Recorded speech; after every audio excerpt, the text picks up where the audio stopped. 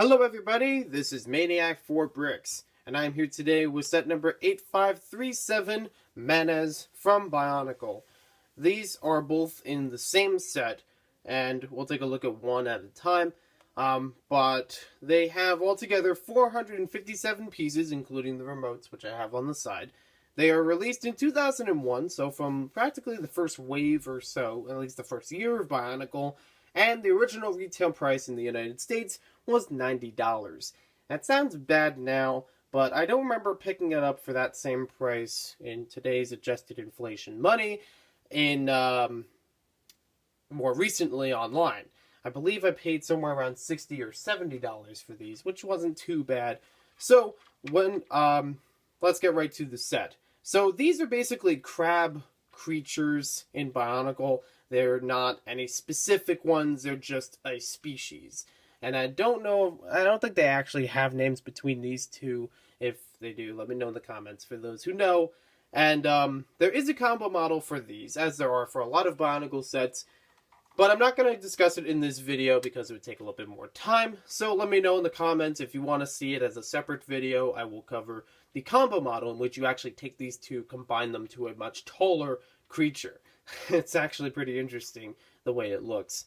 And as far as doing the review, I'm going to talk about all the design with this one, and then I'll talk about all the function with this one. So let's get right to it. So here we have the black and yellow. I can't see. The black and yellow Manez crab. This one, as you know, they both have good color schemes between them, in my opinion, because they stand out from each other, and even stand out from most Bionicle models. Only a couple other sets actually have the black and yellow color scheme, but the white and orange, I don't think has been around for other models. You know, it's pretty okay, in my opinion. The difference between either of these two creatures is basically the shell area on the top, and that's only a change of a couple Technic pieces that they use. But the rest of it, first of all, side to side, is symmetrical.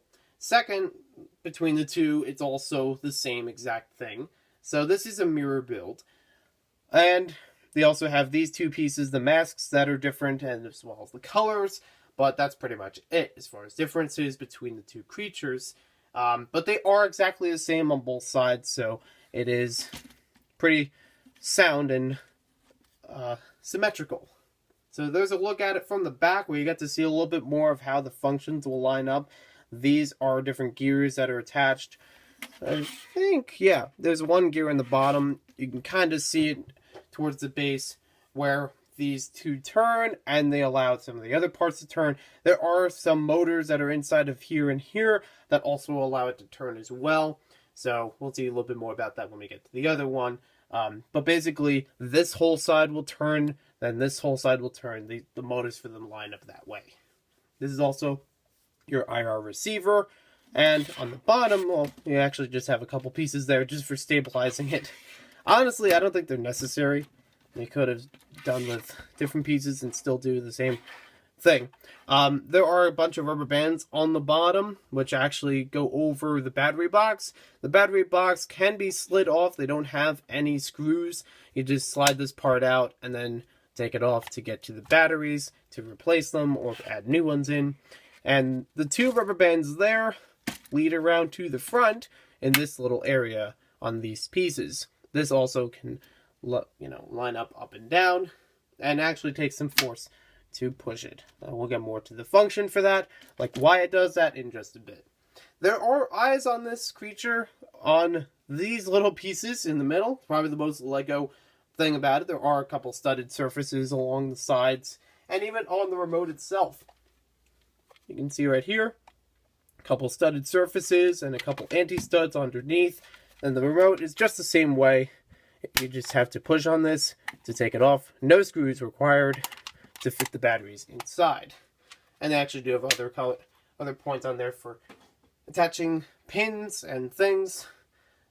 Most of the model is actually made out of Technic pieces, not a lot of Bionicle because it is still early in Bionicle, so they didn't really build up its unique parts inventory yet.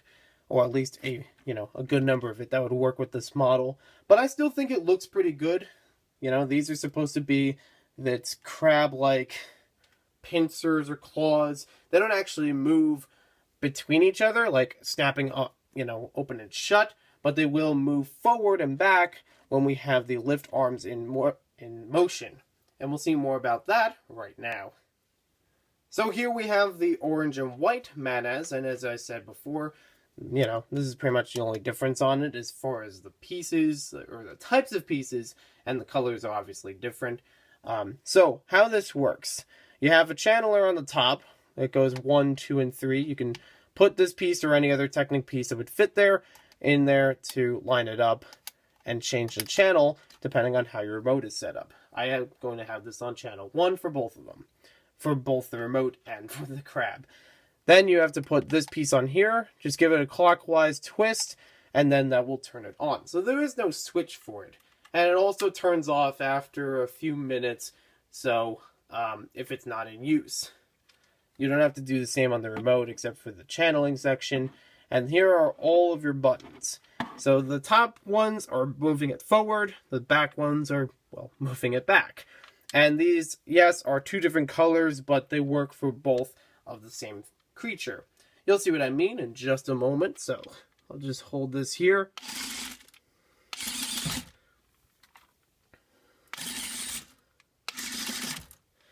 So that's what I mean when I say that both of the sides work, between the wheel and the lift arm, they work at the same time. So that's actually pretty cool, so you can get some turning. You can get it to move all the way back if you were to hold just 2 on them on a certain direction. Just have a little bit of limited space, so that's why it's crashing into the wall on the bookshelf. Oh, now it's falling off the bookshelf.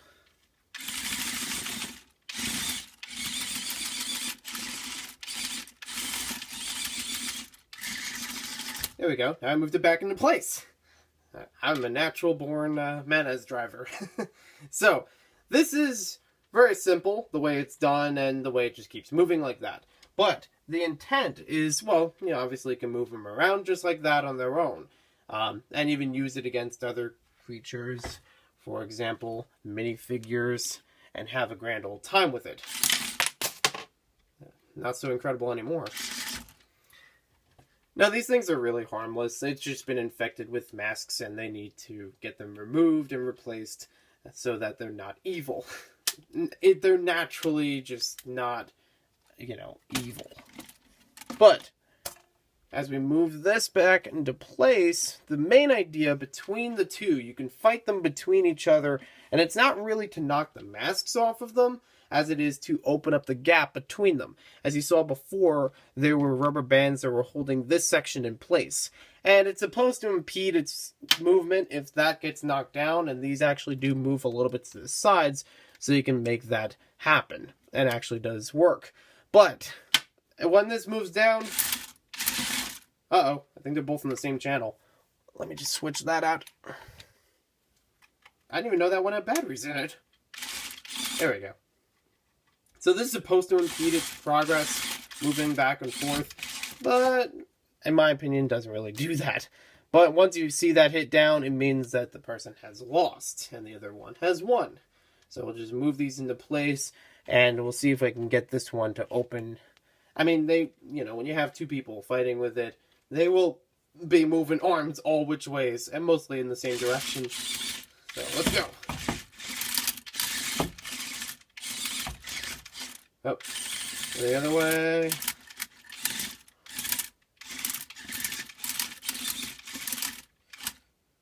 Almost there. Got it. You heard it. And you kind of saw it. I basically used the arm here to hit this mask, and then this fell down.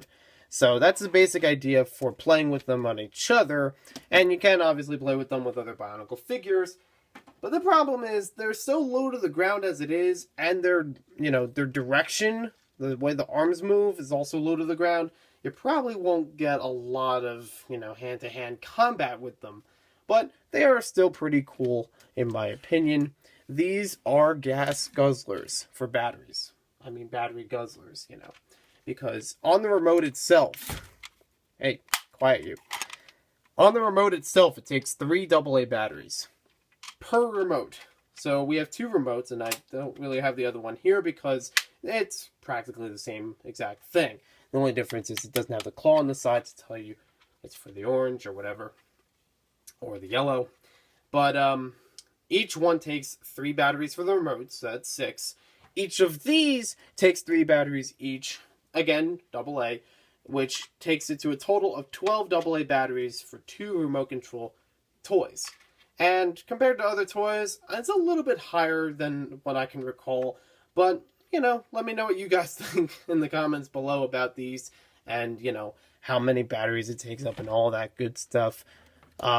Personally, these are very unique. I really do like how they look. I really do like how they move. I don't think there are a lot of other remote control Bionicle creatures, so it does really stand out as far as function. So, it doesn't do a lot other than, you know, move back and forth and have its arms moving with it.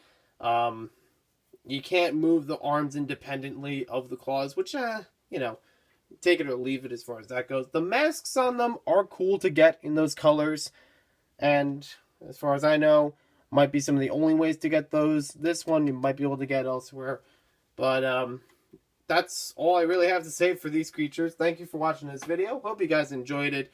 We'll see you next time with more LEGO videos. I'm sure there'll be more Bionicle reviews, but there'll also be other LEGO reviews coming soon. And let me know again what you guys think about these in the comments below if you're a Bionicle fan or not. It's interesting as a remote control toy from LEGO, either way. We'll see you next time with more LEGO videos.